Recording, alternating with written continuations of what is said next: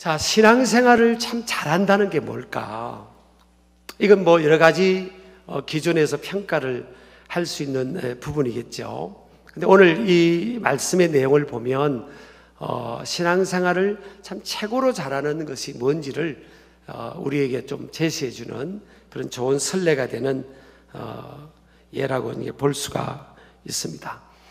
이 초대교회는 그 당시에 사도 바울과 많은 전도자들을 통해서 이제 교회가 세워졌잖아요.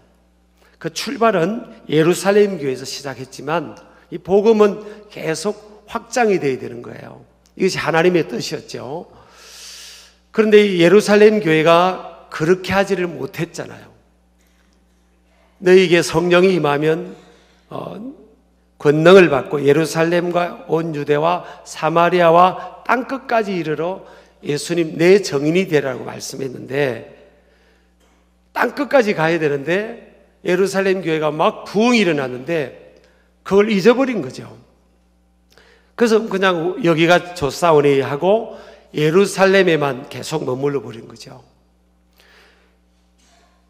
하나님께서 그 예루살렘에 있는 그 성도들에게 은혜를 주셔서 막 교회가 부흥한 것은 그들을 통해서 땅끝까지 복음이 전해져야 되는 거예요. 이 생명의 복음이 전해져야 되는데, 성경에 보면 마태복음 예수님께서 마지막 하심 지상 대임 위임령의 메시지도 보면요, 너희는 가서, 그래서 가서 모든 민족으로 제자를 삼아라. 너희들이 가라는 거예요. 하나님께서 사람을 구원하는 방법이 사람의 접촉을 통해 구원을 이루겠다는 거죠. 그 우리나라도 오늘날 지금은 뭐 우리가 이렇게 140년 전에 약 전에 영국에서 미국에서 서양 선교사님들이 오셨잖아요. 그들이 오셔서 핍박도 받고 몰이해를 경험하면서 어떤 분은 순교도 당하고 그러면서 또 학교도 세우고 또 병원도 세우고 또 교회도 세우고 그러면서 복음이 전해진 거잖아요. 그들의 희생을 통해. 이 복음은 계속 움직여가는 거예요. 예루살렘에 시작한 복음이. 그래서 그것을 은혜를 받았던 이 사도 바울 비롯해서 이제 사도들이 또 전도자들이 그 마음을 알고 복음을 전하게 되는데, 그 일을 감당하지 않았던 예루살렘 교회에 핍박이 온 겁니다. 헤롯 왕이라는 아주 못되고 악랄한 그런 왕이 교회를 핍박을 하는 거예요. 그래서 어쩔 수 없이 그들이 예루살렘에 있으면 다 잡혀서 죽거나 큰 낭패를 당하는 상황이 되니까 그들이 어쩔 수 없이 흩어진 겁니다. 도망간 거예요. 그래서 뿔뿔이 흩어져서 이제 유대 전체로 도망가고 사마리아로 도망가고 국경을 넘어서 이제 소아시아 쪽으로 도망을 가고, 이게 도망가다가 그들 만나는 사람들에게 예수님을 전했는데, 사마리아에서 빌립이라는 안수 집사를 통해서 사마리아 지역에 많은 사람들이 예수님 믿겠다고 하는 놀라운 일들이 일어난 거예요. 그리고 꼭 목회자만이 여러분 교회를 개척할 수 있는 것도 아니고요, 또 하나님이 영혼을 구원하는 것도 아니에요. 교회가 타락할 때는 성직자만 하나님 일을 해야 된다. 또 캐톨릭이 타락할 때는 이 교회는, 이 성경은 일반 성도들에게는 주지도 않았잖아요. 읽지도 못하게 했다고요. 그게 사실은 타락하는 거예요. 타락. 예수님이 12제자만이 아니라 주님을 따르는 모든 이들에게 너희는 가라. 그래서 이제 안디옥 교회가, 이방의 교회가 일어났죠.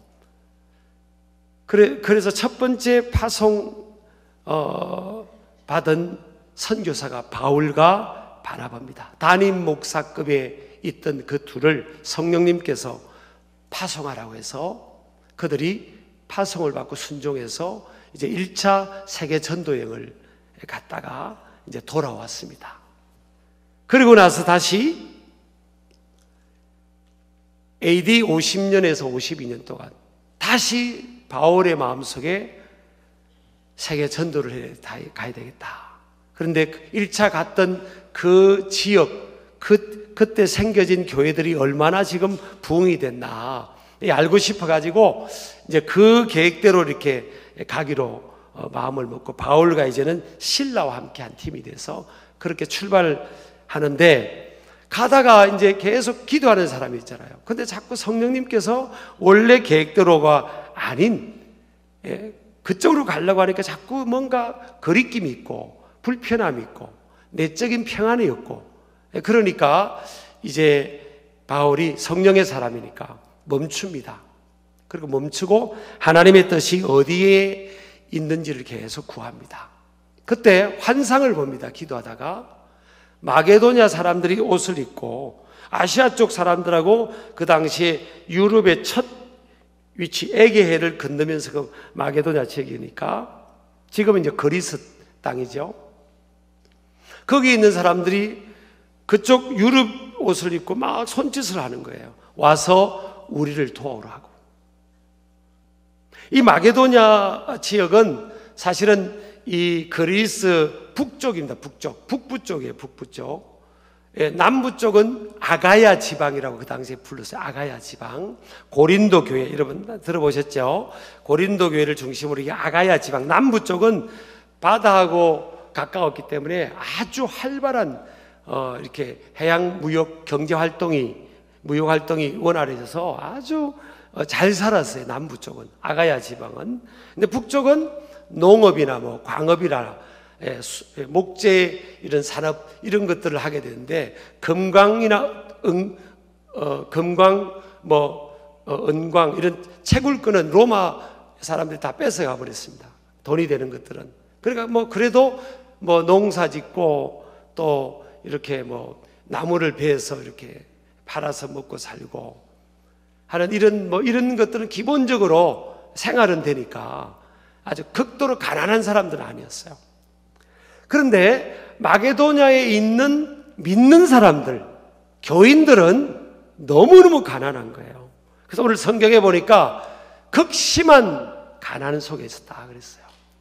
그런데다가 왜 극심한 가난에 있었는가 하면 경제활동을 하고 유통구조에 참여하려고 하면 로마 황제에게 절을 해야 되고 황제 숭배 사상이 있으니까 우상 숭배하는 그 조합에서 절을 하는데 참여를 해야 되는데 믿음이 있는 사람들이 우상 숭배 귀신 문화에 참여를 안 하니까 다 기회가 안 주어지는 거예요.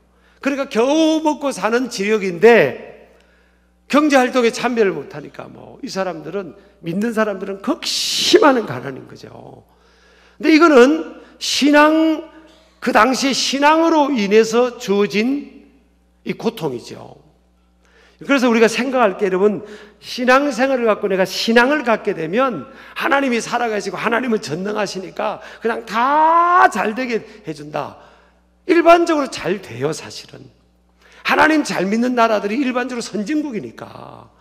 그런데 특수한 상황에서는 보면 오히려 더 고난받는 경우도 많아요. 신앙 때문에 고난받고요, 또 어려움 당하고.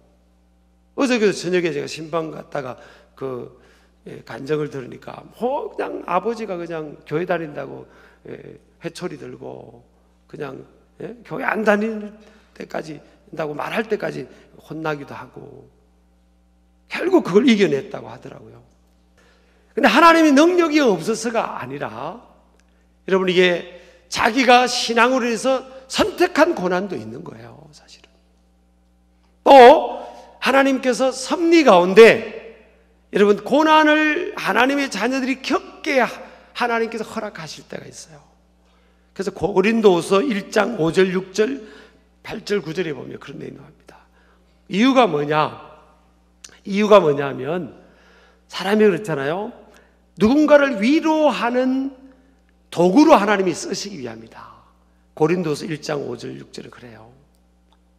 고난 중에 하나님께로부터 위로를 받은 사람이요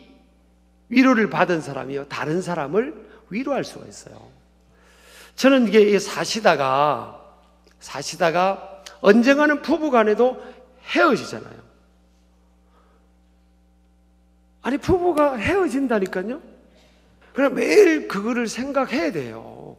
그래야 같이 사는 사람도 더 귀하게 여기지. 함께 있는 이 시간 동안 그렇잖아요. 얼마나 힘들었습니까? 근데 제가 목회하다가 헤어지신, 물론 언젠가 우리가 다 헤어지는데 그래도 저분은 좀 일찍 헤어졌다, 일찍 하나님 나라로 갔다. 다 헤어져요, 여러분. 살다가 헤어진 사람도 있고, 살다가 죽음을 통해 헤어진 분도 있고, 언젠가 다 사람이 헤어지잖아요. 근데 그런 분들이 제가 좀 마음이 우리 짠해서 이제 시간 되는 분 오세요 했더니 한 9분이 오셔서 9분 우리가 식사 대접을 하려고, 혼자 되신 우리 여자분들 있잖아요. 좀 일찍 혼자 되신 분들, 일반적으로. 그럼 9분이 오셨어요, 식사. 근데 이분들이 가만히 보니까 평상시 교회 생활하는데도 별 말이 없어요.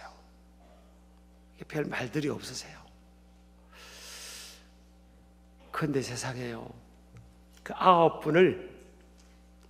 9분만 딱 모아놨더니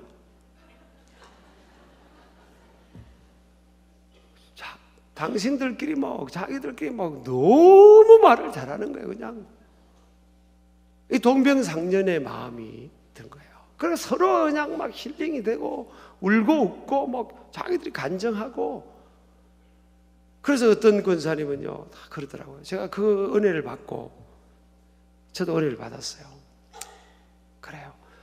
나는 남편이 아플 때요, 막 타박을 줬대요. 몇 년 아파서 누워 있으니까 당신 빨리 죽든지 하지 마. 마음이 없는 소리인 거죠, 사실은. 마음이 없는 소리 한 거예요. 당신 그러지. 그랬더니 남편이 하나님 나라 가고 싶으니까. 그래서 남편은 제가 알거든요. 믿음이 있는 분이셨어요. 그리고 이분이 혼자 대신 남았으니까 너무 외로운 거예요, 사실은. 그래서 남편 누워있던 그 자리에 베개를 이렇게 놓고요, 두툼한 걸 하나 넣고 이불을 남편처럼 이불을 덮고. 그래서 이분이 이제 출근하면서 여보 나 갔다 올게, 잘 있어. 그리고 이제 그분이 말씀하기를요, 저보고 그러더라. 목사님, 남편이 돈 안 벌어와도 괜찮다. 안 벌어와도 괜찮으니까. 그 남자 사람이 참 착하신 분이었거든요. 안 벌어와도 괜찮으니까 그냥 누워만 있어도 좋으니까 있으면 좋겠대요.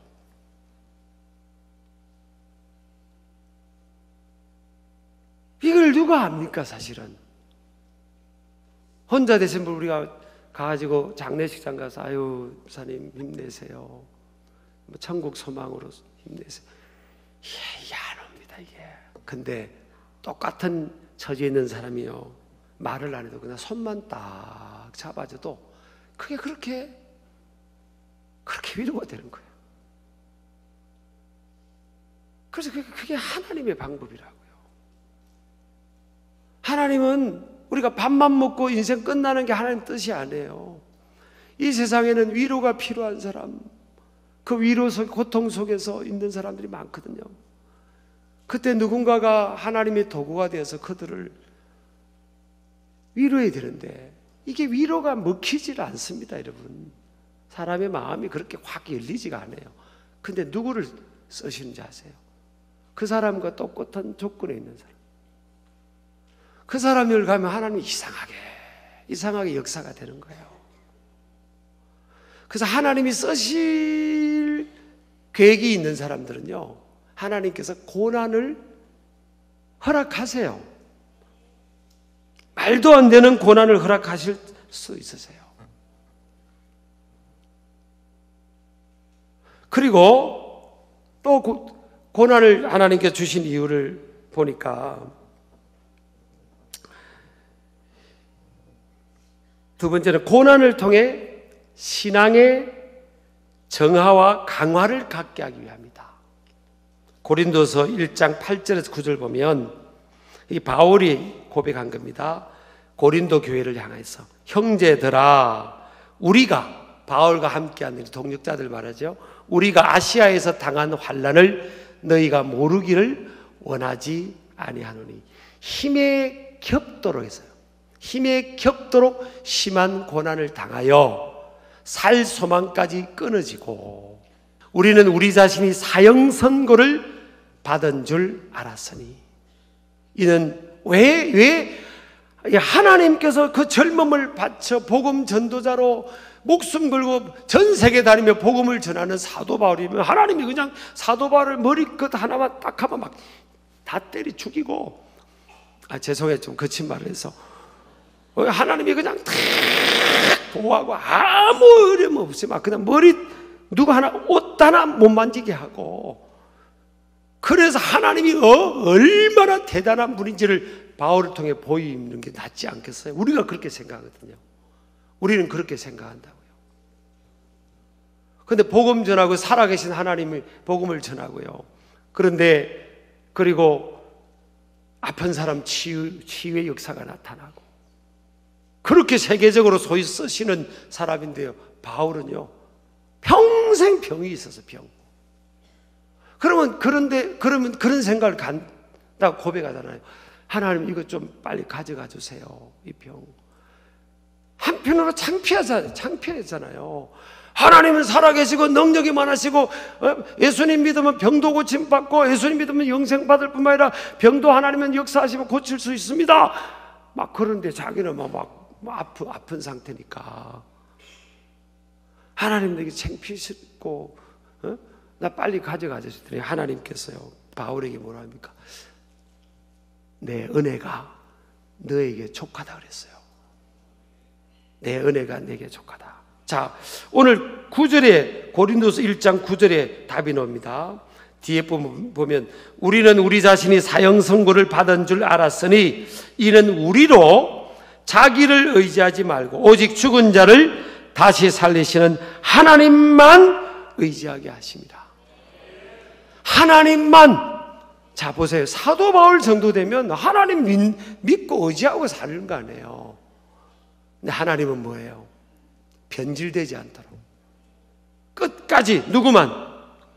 하나님만. 오직 죽은 자를 다시 살리시는 이 전능하신 하나님만 의지하도록 하기 위해서 하나님께서 고난을 주시는 거예요. 바울이 맞기도 하고요, 채찍질을 당하기도 하고 감옥에 들어가기도 하고, 그래서 사형 선고, 그냥 죽는 게 낫겠다, 너무 힘들어서. 이런 것을 하나님이 허락하는 이유가 뭔가 하면 그런 걸 통해서 끝까지 하나님만 의지하도록.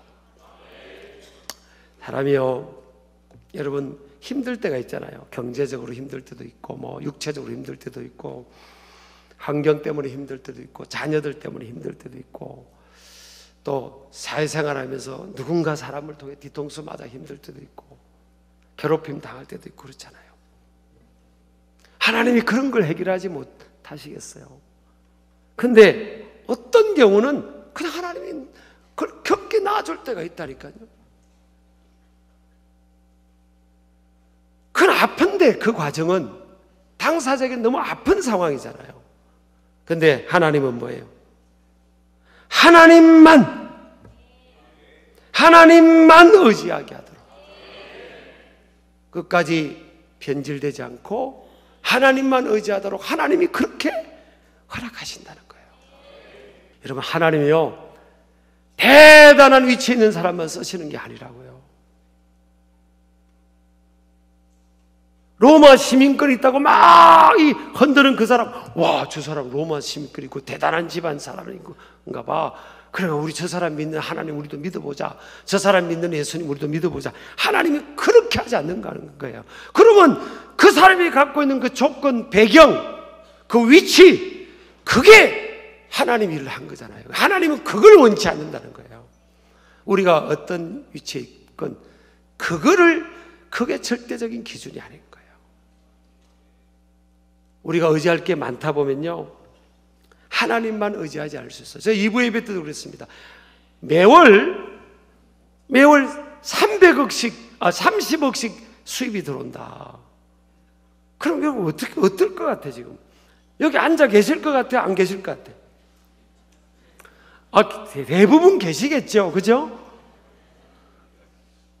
근데 지금처럼 열심히 있게 신앙생활 할 수 있을까? 할 수도 있겠죠.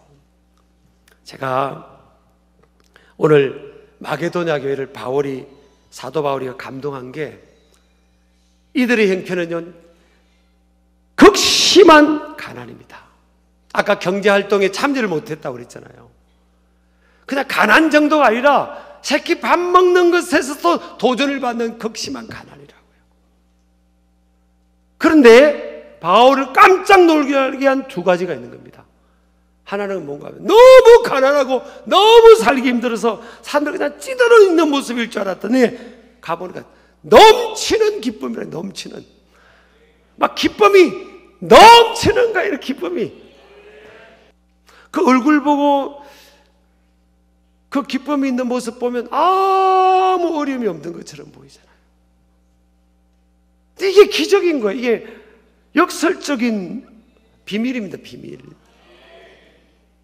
사람은 대부분 환경의 지배를 받는 거죠.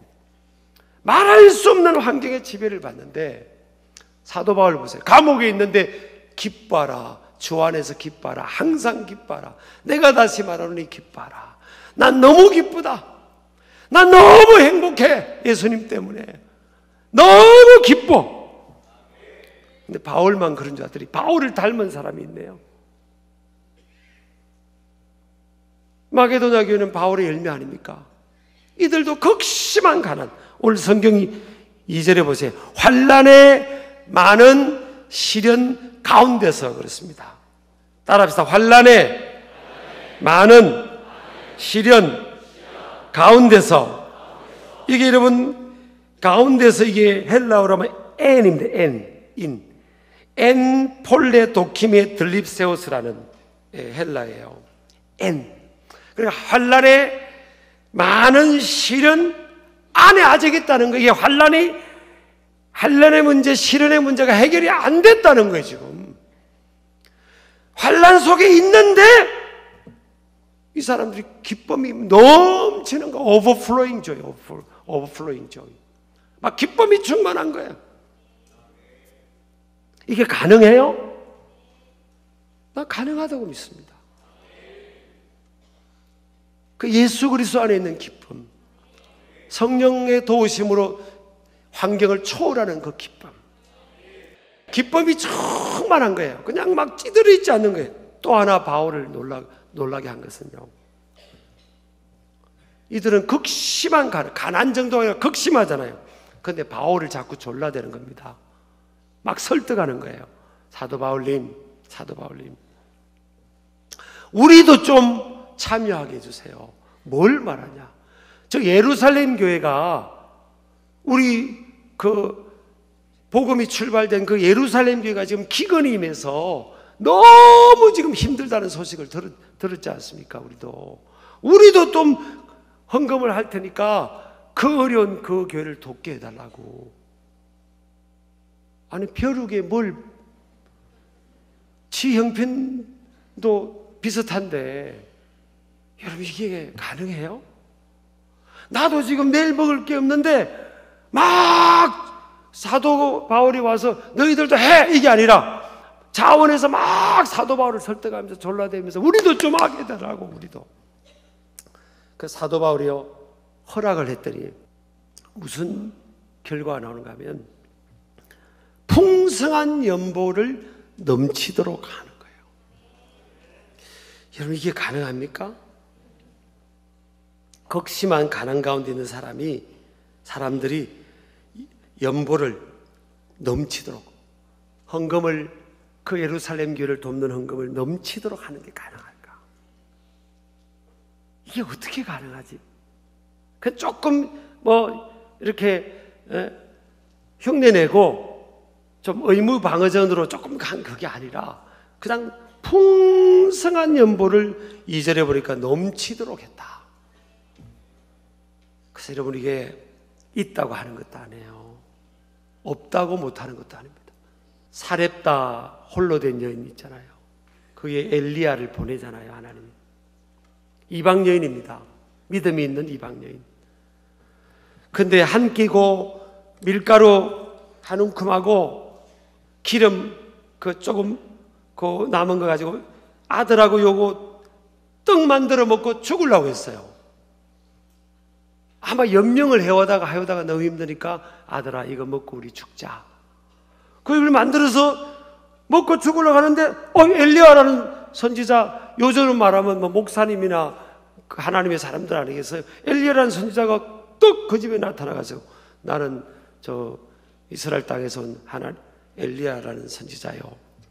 그거 떡 그 만드는 거 그거 나부터 먼저 주시오.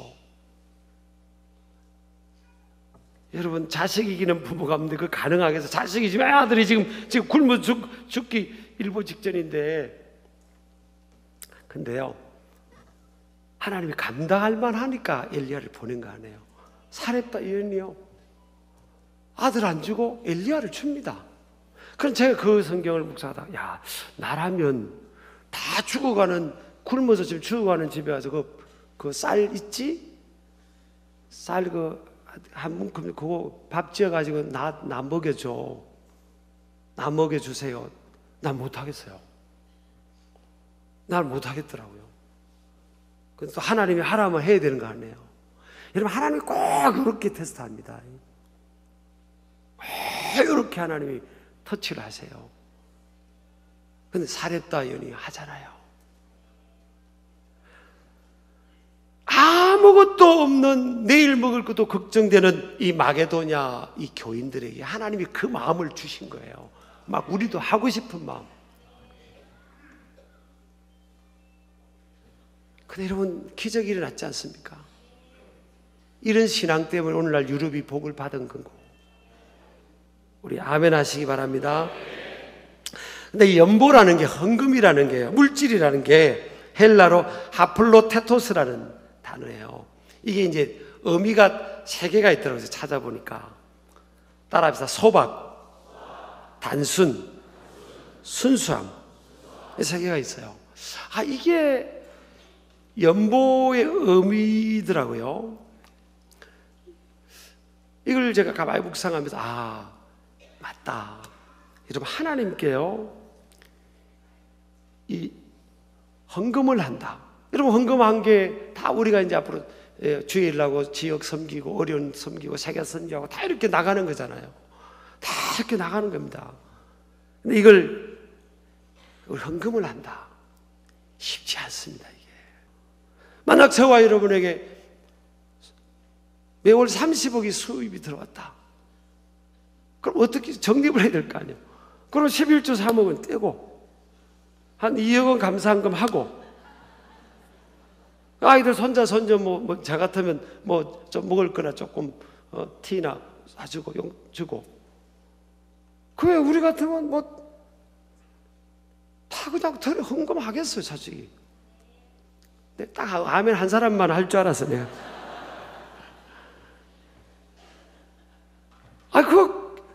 우리 더 큰 가치가 있으니까 하나님 나라. 그게 그렇게 힘들지 여러분, 목사님이 있어 보세요. 저는 여러분, 전 그렇게 살아왔어요 지금까지 우리 부부가. 그렇게 살고 있어요 그 돈에 대해서. 솔직히 하나님이 저한테 그런 마음을 주세요. 어떤 분은 이제 정년을 마치신 분이 이제 우리들 모임에 누군가 말씀하더라고요. 그 젊을 때 헌신해봐야 그 소용없어 그러더라고요. 소용없다고. 은퇴할 때 알아주는 사람 없더라고. 뒷주머니 차라는 거예요.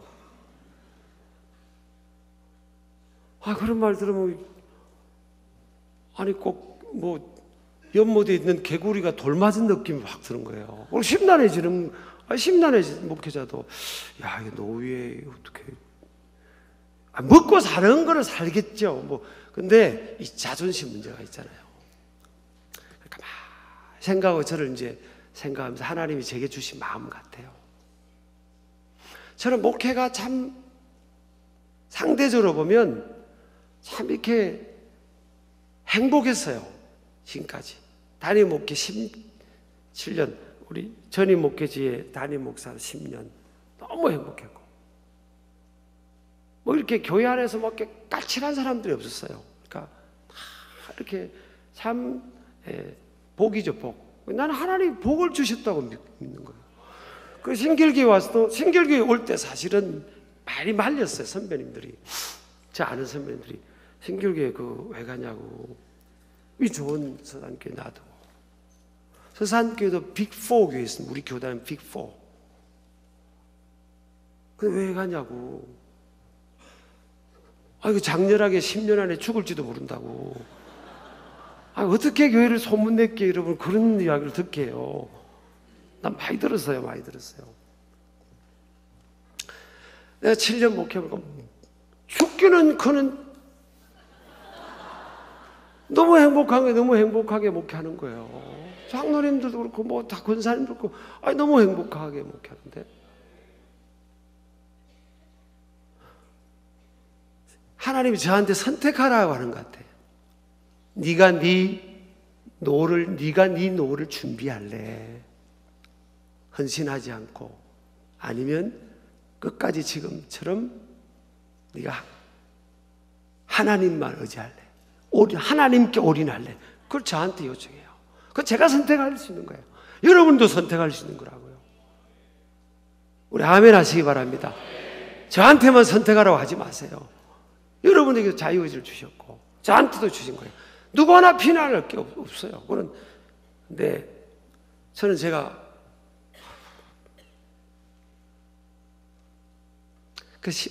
담임 목회 17년을 쭉 보면서 이게 하나님의 축복이구나. 그러니까 네가 목회가 행복할래? 목회는 그저 그렇고 그냥 네 먹을 거 네가 만들어 놓을래? 그거더라고요, 하나님이. 그래서 저는 하나님, 나 목회 선택할래, 목회. 우리 아내하고요, 파리에 2014년에 열흘 잔 적이 있었어요. 부럽죠? 교회에서 이제 보내줘서 5일 또 돌아오면서 이렇게, 9일이군요, 4일 이렇게. 그 파리 그 샹젤리제 거리가 있잖아요. 거기도 한 번 안 들어가세요. 안사도 한번 들어가 봐도 되잖아요. 안사도. 우리 여보, 우리 뭐 관심 없잖아. 그리고 다른 사람은 우리는 그냥 소박하자. 소박. 단수는 뭐예요? 앞뒤 재지 않는 거예요. 그런 말 있잖아요. 무식 단순이라고. 앞뒤 안 재는 거예요. 그러니까 연보든 하나님께 헌신, 이건 뭐예요? 자신의 상황에 앞뒤를 안 재는 거예요. 이게 안 재고 그냥 그렇게 한 거예요. 이 마게도냐 사람들이 그렇게 하나님 앞에 감동결한 거라고요. 연보는 순수하다는 의미가 있는 거예요. 그렇죠. 신앙에 순수가 없는 사람 안 됩니다. 제가 참 존경하는 타교단 목사님, 이름만 대도 다 아는 목사님이에요. 그분이 이제 예배당을 우리 교회처럼 이렇게 10,000평 이상을 지금 설계하고 막 짓는데, 코로나를 지금 만난 거잖아요. 그리고 러시아, 우크라이나 전쟁까지 터져버리니까 이게 계획할 때보다 지금 자재비가 막 어마어마하게 뛰어버린 거예요. 지금 건축비가 어마어마하게 뛰어버린 거예요. 그 제가 걱정이 돼가지고 어느 동선에서 만나서, 목사님 괜찮으시냐고. 그때 이분이 이렇게 환하게 웃으면서 괜찮아요 목사님 그러더라고. 왜 그러냐 했더니, 이제 그거는 이건 농담 조크 있죠. 근데 사실 자기 교회 이 조에 가까운 재산이 있는 80대 후반인 89인가 그때 그랬어요. 그분이 이때 조에 가까운, 막 돈이 너무 많은 분이 그 교회를 나온다는 거예요. 그러니까 그분이 그러더라고. 나는 걱정 안 해. 하나님이 그 한 사람만 딱 헷가닥 시키면 다 해결된다는 거예요, 다. 근데 이분이 오면요, 식사 밥 먹고 점심 교회에서 밥 먹고 딱 10,000원 헌금하고 한대요. 89이신 분이. 아니 10,000원이 적은 거냐고. 근데 그분 입장에서는 그게 아니잖아요. 그분 하나면 1,000억 해도 5,000억 해도 되는 거고 그렇잖아요. 하나님 물론 그렇게 일하지 않고 그분이 그 사람을 의지한다는 게 아니에요. 그 여유 있는 웃음은요, 하나님께 맡깁니다. 그렇잖아요. 우리 아멘 하시기 바랍니다. 그게 은혜입니다. 그렇게 살아가면, 여기까지 우리가 그렇게 살아왔고 앞으로도 불확실한 미래의 삶이지만 끊임없이 우리에게 이 신앙에 대한 도전이 오죠. 그렇지만 여기까지도 우리가 은혜를 살았으니까 앞으로도 우리는 하나님의 은혜 속에 끝까지 살아내기를 주의 이름으로 축복합니다. 축복합니다.